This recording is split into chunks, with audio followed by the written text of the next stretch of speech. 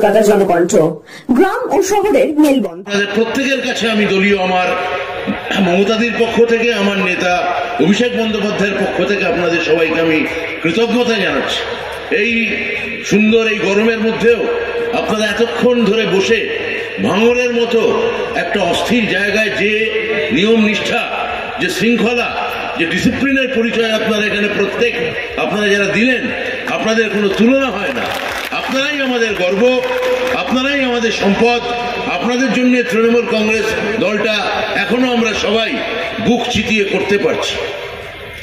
এখানে রাজনীতি কেন, বিজেপি কি রাজনীতি করছে, ব্রিগেড যাওয়ার জন্য আগামী 10 তারিখ আমার নেতা এবং নেত্রী যে ডাক দিয়েছেন, সেখানে যাওয়াটা আপনাদের কেন দরকার, এটা নিয়ে বিশদে আমরা এখানে যারা বক্তব্য রেখেছেন, এমনকি একটু আগে বক্তব্য রেখে চলে গেছেন আমাদের আরেক বিধায়ক অভিনেত্রী লাভলি তথা অরুন্ধতী মৈত্র।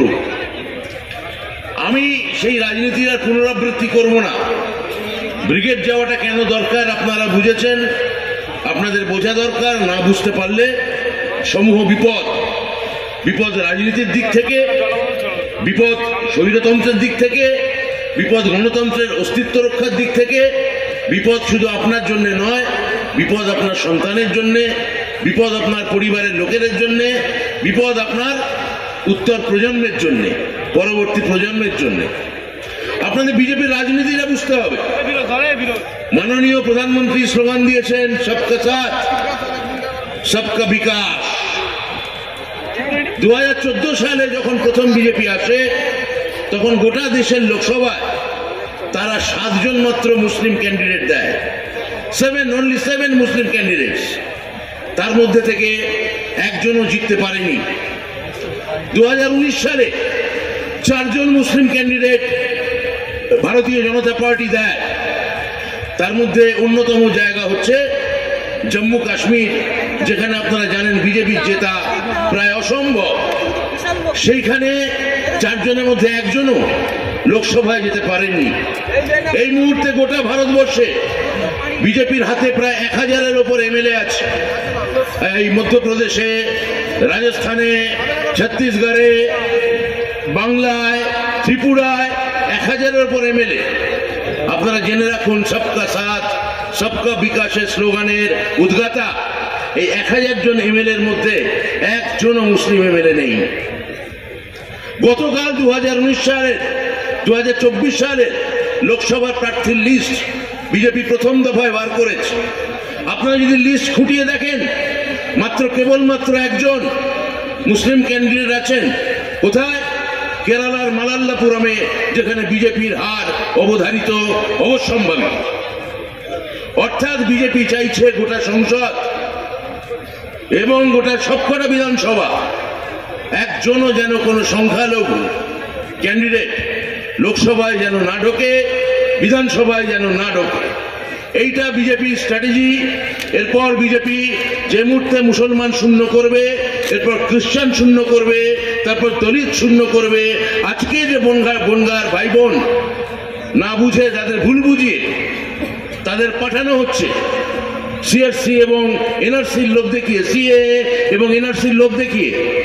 এই মতুয়া এবং দলিত একটা দিন আসবে, বিজেপি এদেরও বাদ দেবে। আপনারা যদি 49 সালে যদি গোলওয়ালেকারে যদি তত্ত্ব যদি পড়ে দেখেন, তাহলে এই তত্ত্বের মধ্যে বলছে কেবলমাত্র উচ্চবর্ণের হিন্দুরাই এই বিধানসভা এবং লোকসভায় থাকতে পারে। বিজেপি সাধারণত যা বলে বিজেপি তাই করে। 49 সালে যেটা বলতো, এই 2024-এ তারা হাতে কলমে করে দেখাচ্ছে। সবকা সাথ সবকা বিকাশের মতো এত বড় মিথ্যা, এত বড় প্রতারণা, এত বড় জালিয়াতি আর দুটো নেই। এই বিষয়টা আপনাদের বুঝতে হবে। অর্থাৎ বিজেপি একটা কাল্পনিক শত্রু খাড়া করতে চাইছে, 20% শত্রু খাড়া করতে চাইছে গোটা দেশে, এবং তার বিনিময়ে 80% লোককে এক করতে চাইছে। অর্থাৎ যুদ্ধটা খুব সোজা হয়ে যায়। যদি আমি ধর্মের জুজু আমি যদি খাইয়ে দিতে পারি, যদি ধর্মের যদি বড়ি গিলিয়ে দিতে পারি, তাহলে সবাই যদি 80% যদি একদিকে হয়ে যায়, অন্যদিকে যদি 20% থাকে তাহলে লড়াইটা ভীষণ সহজ হয়ে যায়। আজকে বিজেপির যে রাজনীতি, বিজেপির রাজনীতির মূল কেন্দ্র এটাই। আমার মুখ্যমন্ত্রী এই রাজনীতি বোঝেন, আমার মুখ্যমন্ত্রী এই দলীয় রাজনীতির, এই সাম্প্রদায়িক রাজনীতি, এই ধর্মীয় মেরুকরণের রাজনীতি এ কোথায় যেতে যাচ্ছে এটা উনি বোঝেন।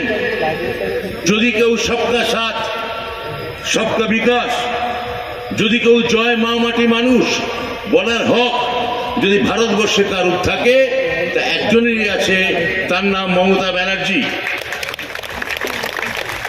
আমি কথাটা এই কারণে বলছি যে আপনারা দেখতে পারবেন না আজকে কংগ্রেসের নেতা, যুব নেতা রাহুল গান্ধী খুব সার্থক কথা বলেছেন প্রশান্ত কিশোর, যে রাহুল গান্ধীর আজকে ন্যায় যাত্রা তার হাঁটা উচিত ছিল হিন্দি বলয়, যেখানে বিজেপির সঙ্গে 1:1 লড়াই কংগ্রেসের, বিজেপির সঙ্গে যেখানে 1:1 লড়াই উত্তরপ্রদেশে, মধ্যপ্রদেশে, ছত্তিশগড়ে, রাজস্থানে, এইসব না করে তিনি হাঁটতে আসছেন বাংলায়, হাঁটতে যাচ্ছেন মণিপুরে, হাঁটতে যাচ্ছেন অরুণাচলে।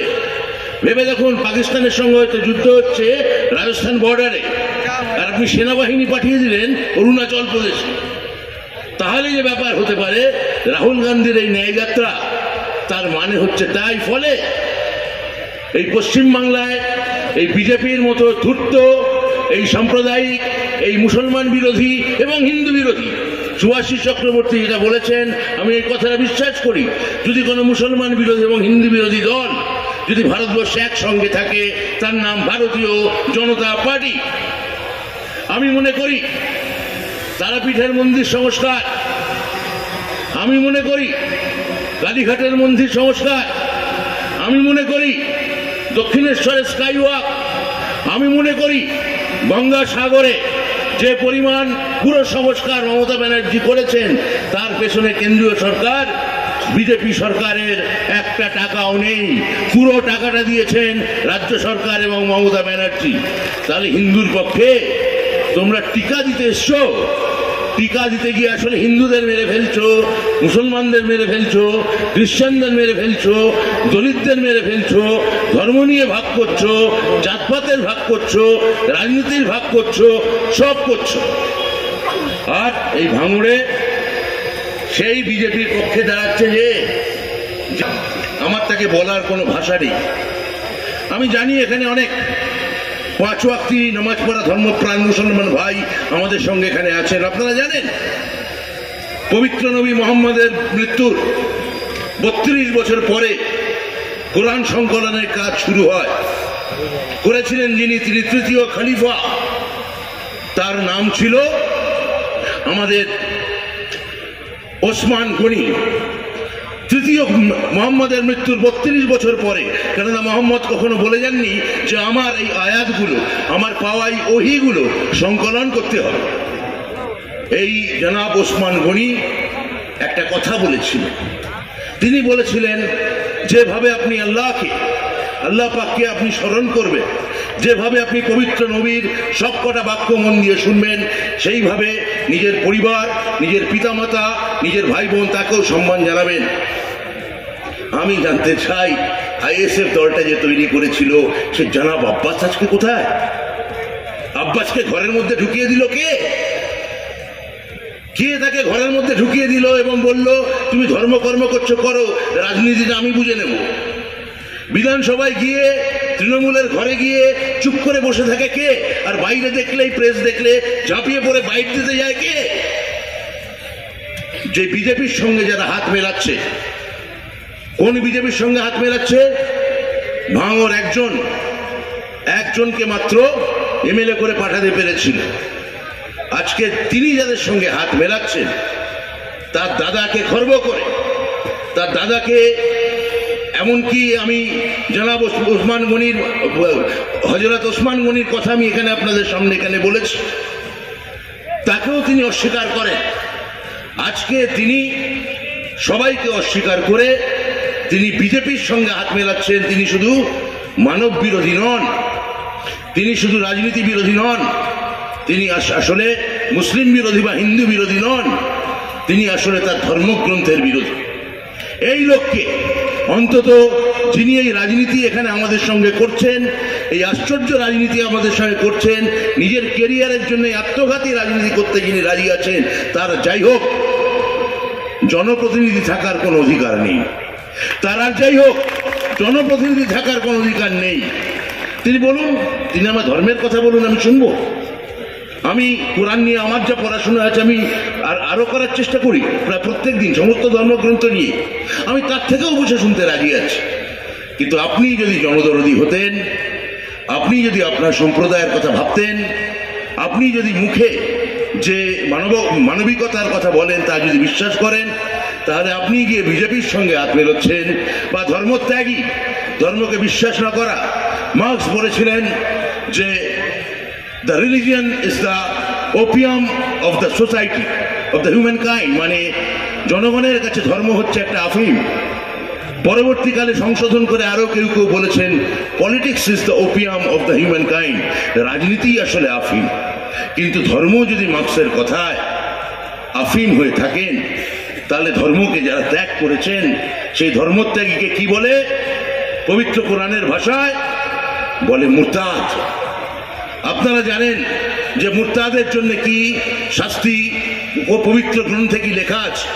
সে মুরতাদের সঙ্গে হাত মেলাতে পারে, কোরআন বিরোধী মানুষদের সঙ্গে হাত মিলাতে পারে, মুসলিম বিরোধীদের সঙ্গে হাত মিলাতে পারে, হিন্দু বিরোধীদের সঙ্গে যিনি হাত মিলাতে পারেন, তাহলে তিনি অন্তত মানুষের পক্ষে নেই, জনগণের পক্ষে নেই, কারোর পক্ষে নেই।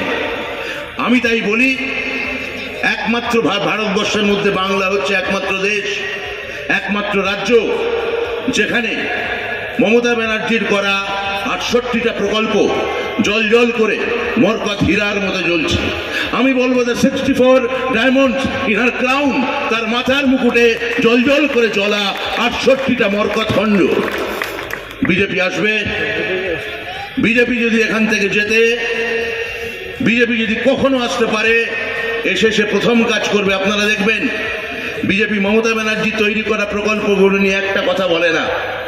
আমাদের চোর বলে, আমাদের দুর্নীতি পরায়ণ বলে, আমাদের যা পারে তাই বলে, কিন্তু মমতা ব্যানার্জির যেগুলো প্রকল্প সেগুলো নিয়ে একটা কথাও বিজেপি চুপ। বিজেপির মুখে কোনো কথা নেই। কি করবে বিজেপি ক্ষমতা এলে? বলুক। বাড়িতে যখন লোক আসবে জিজ্ঞেস করবেন বিজেপি, আপনারা স্বাস্থ্য সাথী তুলে দেবেন? আপনারা কি লক্ষ্মীর ভান্ডার তুলে দেবেন না রাখবেন? আপনারা কন্যাশ্রী তুলে দেবেন না রাখবেন? আপনারা যে যুবশ্রী, ঐক্যশ্রী, এই Vivekananda merit cum means scholarship, এগুলো রাখবেন না তুলে দেবেন? এই 68টা প্রকল্প নিয়ে বিজেপি কি করবে দেখবেন। বিজেপির ইস্তেহারে কোনো কথা নেই। কতগুলো সেন্ট্রাল কেন্দ্রীয় কতগুলো প্রকল্পের কথা আছে, সেই প্রকল্পের সংখ্যা 6 থেকে 7, বড় জোর 10। এই 68টা প্রকল্প সারা ভারতবর্ষে আপনার বাড়ির লোকের জন্য, আপনার বৃদ্ধ পিতা মাতার জন্য যদি কেউ করে থাকেন, তিনি মমতা ব্যানার্জি। তাকে তার অস্তিত্ব রক্ষার জন্য তাকে যেভাবে আক্রমণ করা হচ্ছে, চারিদিক থেকে ঘিরে ধরা হচ্ছে তৃণমূল কংগ্রেসকে। আমাকে সেদিন একজন গণমাধ্যমের লোক বলল যে অমুক নবান্ন অভিযানের ডাক দিয়েছে, নবান্ন অভিযানের ডাক দিয়েছে অমুক কোন একদল সংস্থা, রাজনৈতিক সংস্থা। আমরা সব বিরোধী দলকে একসঙ্গে যেতে বলুন, নবান্ন ঘেরাও করতে। সঙ্গে যেন অবশ্যই 80% মিডিয়া নিয়ে যায়, বন্ধুদের নিয়ে যেন যায়, সঙ্গে যেন সিবিআই যায়, ইডি যায়, আয়কর দপ্তর যায়, সবাই মিলে নবান্ন ঘেরাও করুক। একটা যুদ্ধ ঘোষণা করেছে পশ্চিমবঙ্গ সরকারের বিরুদ্ধে কেন্দ্রীয় সরকার। কেন এই যুদ্ধ? কেন? পারলে ওরা কামান নামায়, পারলে ওরা আর্টিলারি নামায়, পারলে নবান্ন উড়িয়ে দেয়। কেন? কেননা ওদের মাননীয় প্রধানমন্ত্রী, দেশের মাননীয় প্রধানমন্ত্রী, দেশের মাননীয় স্বরাষ্ট্রমন্ত্রী বারবার করে হেলিকপ্টারে এসছেন নেমেছেন, ফিরে গেছেন, বলেছেন আগলা বার 200 পার। হাতে কি পেয়েছে? কাঁচকলা। হাতে কি পেয়েছে? কাঁচকলা। তা হাতে যখন কাঁচকলা পেয়েছে, আপনারা জানেন আমরাও হনুমানের উপাসক, আমাদেরও হনুমানকে ভাল লাগে, হনুমানের মতো কলা খেতে খেতে তারা যখন বলেছে যে তাহলে কি হবে, কি করব আমরা, কি করে মমতা ব্যানার্জিকে শেষ করা যায়, তাহলে যুদ্ধ ঘোষণা করতে হবে।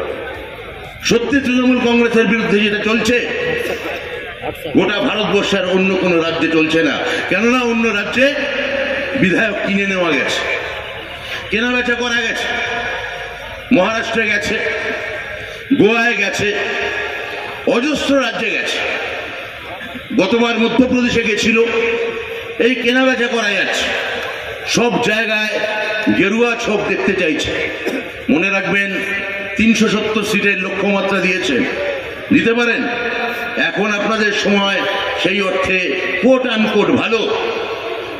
84 সালে 400-র উপর সিট নিয়েছিলেন রাজীব গান্ধী, 400-র উপর সিট স্বাধীনতার পর ভারতবর্ষে কেউ পায়নি। এই বিজেপি এখনো বলছে আগলাবার 400 পারটার বলতে পারছে না, বলছে 300 পার, 350 পার, 370-এ গিয়ে আটকে যাচ্ছে। আর কংগ্রেসকে জেনে রাখবেন যে 84 সালে ইন্দিরা গান্ধীর মৃত্যুর পর তার পুত্র রাজীব গান্ধী 400 সিট নিয়ে এই ভারতের মসনদে বসেছিলেন, 3 বছর যায়নি। তাঁরই মন্ত্রিসভা থেকে ফিনিক্সের মতো উঠেছিলেন। তাকে শেষ করে দেওয়ার জন্য বিশ্বনাথ প্রতাপ সিং, হয়েছিল মন্ডল কমিশন, হয়েছিল বোফোর্স। আপনারা এখন ভাবছেন ক্ষমতা হাতে আছে বলে আমরা যা খুশি তাই করব। ঠিক যেভাবে চিদম্বরম গ্রেফতারি, যেমন প্রাক্তন স্বরাষ্ট্রমন্ত্রী এখনকার স্বরাষ্ট্রমন্ত্রীর গ্রেফতারি, এর মধ্যে যেমন অন্তর্গত সম্পর্ক আছে, তো একটা সময় কারুর হাতে আসবে যখন আপনি তাদের জোর করে জেলে ঢুকিয়ে দিচ্ছেন, কিন্তু মহাকালের চাকা, মহাকালের রথের চাকা বড্ড নির্মম। সেই 400 সিটের অধিকারী কংগ্রেস আজকে ভারতবর্ষে অস্তিত্ব রক্ষার জন্য ঢুকছে। প্রায় সবাই বলছে 100 সিট যদি কংগ্রেস পায় বিজেপি পড়ে যাবে। 100 সিটও কংগ্রেস পাবে কিনা কেউ বুক ঠুকে বলতে পারছে না। তাহলে এই সন্ধিক্ষণে দাঁড়িয়ে ভাঙড়ের ভাই বোনেদের আপনাদের ভাবতে হবে কোন ইতিহাসের দিকে, কোন ইতিহাসের কোন সন্ধিক্ষণে আপনারা দাঁড়িয়ে আছেন, আপনাদের ভাবতে হবে। ভারতবর্ষে একজন মানুষ, তার নাম মমতা বন্দ্যোপাধ্যায়। তিনি আসলে আমাদের জোটের নাম হয়তো ছিল ইন্ডিয়া, জোট হয়তো আমাদের হয়েছে কি হয়নি আমি জানি না, কিন্তু মমতা বন্দ্যোপাধ্যায় আসলে একমাত্র লোক যিনি ভারতবর্ষকে প্রতিনিধিত্ব করেন। আর elite India, corporate India, shopping mall তোলা ইন্ডিয়া, ওই কচ্ছের রান বিক্রি করে দিয়ে 5 স্টার হোটেল করা ইন্ডিয়া, তার প্রতিনিধি আম্বানি আদানিদের ইন্ডিয়ার প্রতিনিধি হচ্ছে ভারতীয় জনতা পার্টি। আর তার বিরুদ্ধে ভারতবর্ষের একমাত্র খেটে খাওয়া ভারতবর্ষ, মেহনতি ভারতবর্ষ, লড়াই করা ভারতবর্ষ, শ্রমিক কৃষকদের ভারতবর্ষ, আপনার আমার ভারতবর্ষ, তার প্রতিনিধি হয়ে কেউ যদি দাঁড়িয়ে থাকে তার নাম মমতা ব্যানার্জি। আপনারা তার পক্ষে আছেন কি নেই, তার মানে হচ্ছে আপনারা আপনার বাল বাচ্চার পক্ষে আছেন কি নেই সেইটা ঠিক করা। আপনারা ঠিক করবেন। আপনার সামনে মিডিয়া যে পারসেপশন তুলছে সেটাকে বিশ্বাস করা, না আপনার চারপাশের রিয়েলিটি তাকে বিশ্বাস করা। আপনার বাড়িতে যদি কেউ অসুস্থ হয় ভাঙড়ে, রাত্রেবেলা কে লোক পাঠায়? শওকতের অ্যাম্বুলেন্স যায় না ISF এর অ্যাম্বুলেন্স যায়? আপনার রিয়েলিটি কি বলে? আপনার বাড়িতে মেয়ে যে কন্যাশ্রীর অর্থ পায় সে কে দেয়? কেন্দ্রীয় সরকার নাকি রাজ্য সরকার? আপনার গৃহে বৃদ্ধ বাবা যে জীবনদায়ী ওষুধ পান সেটা কে দেয়? রাজ্য সরকার না কেন্দ্রীয় সরকার? ওই ওষুধ কেড়ে নেওয়ার জন্য মাল্টিন্যাশনালের হাত বাড়াচ্ছে কারা? তাদের চিনতে শিখুন, তাদের শনাক্ত করতে শিখুন। আজকে যদি এখানে ISF এর বিধায়ক বিজেপির সঙ্গে হাত মিলিয়ে বিজেপিকে এখানে আনার চেষ্টা করে, আপনি জানবেন শুধু ধর্মবিরোধী নয়, এত বড় মানব বিরোধী কাজ পশ্চিমবঙ্গে আগে হয়নি এবং হবেও না। একটাই রাস্তা আপনাদের সামনে খোলা আছে, যার জন্য আমার নেতা অভিষেক বন্দ্যোপাধ্যায় আপনাদের জন্য দিল্লিতে ধর্নায় বসেছেন, রাজভবনের উল্টো দিকে ধর্নায় বসেছেন, এবং শেষ অবধি পশ্চিমবঙ্গ সরকার আমাদের বকেয়া টাকা আর ভারতে কোথাও নেই। এত রাগ আমাদের উপর যে পশ্চিমবঙ্গের 4,000 কোটি টাকা, 10,000 কোটি টাকা বিভিন্ন খাতে কেন্দ্রীয় সরকার আটকে রেখেছে। আমার নেতা অভিষেক বন্দ্যোপাধ্যায় ওই টাকা আদায় করার জন্য দিল্লিতে গিয়ে ধর্ণা করেছেন, সরকারি দপ্তরে ঘাট ধাক্কা খেয়েছেন, আমাদের মেরেছেন, পুলিশ দিয়ে মারিয়েছে, অ্যারেস্ট করিয়েছে। রাজভবনের সামনেও তারপর তিনি ধর্ণায় বসেছেন। আমার নেত্রী ধর্ণা মঞ্চ থেকে জানিয়ে দিয়েছেন কেন্দ্রীয় সরকার বকেয়া টাকা না দিলে রাজ্য সরকার দিচ্ছে এবং দিয়ে দিয়েছে। আপনি ভেবে দেখুন আপনার পক্ষে তাহলে কে আছে, আপনার সঙ্গে কে আছে। আমি শুধু তৃণমূল কর্মীদের জন্য বলছি না, আপনারা যারা এতক্ষণ ধৈর্য ধরে এখানে আছেন আপনাদের অনেক সালাম, অনেক নমস্কার। কিন্তু আমি গোটা ভাঙড়বাসীর উদ্দেশ্যে বলছি, আপনাদের ভেবে দেখার সময় চলে এসেছে। উত্তরবঙ্গের মতো, বিধানসভার উত্তরবঙ্গের মতো বা দক্ষিণবঙ্গের মতো বা আমাদের দমদম কেন্দ্রের মতো বা ব্যারাকপুর কেন্দ্রের মতো সমস্ত কেন্দ্রের মতো আপনারাও বিধানসভার ইকুয়াল ভোট এখানে পড়তে চলেছে। আমরা যদি 213 আমরা পেয়ে থাকি বিধানসভার নিরিখে, এই লোকসভায় তার থেকে বিধানসভায় যা আসন পেয়েছি মিলিয়ে নেবেন, আমরা তার থেকে বেশি আসন পাবো। আমরা তাকিয়ে দেখব লোকসভায় ভোট খোলার ফল, ভোট বাক্স খোলার ফল, ভাঙড় সিটে তাহলে কে জিতলো।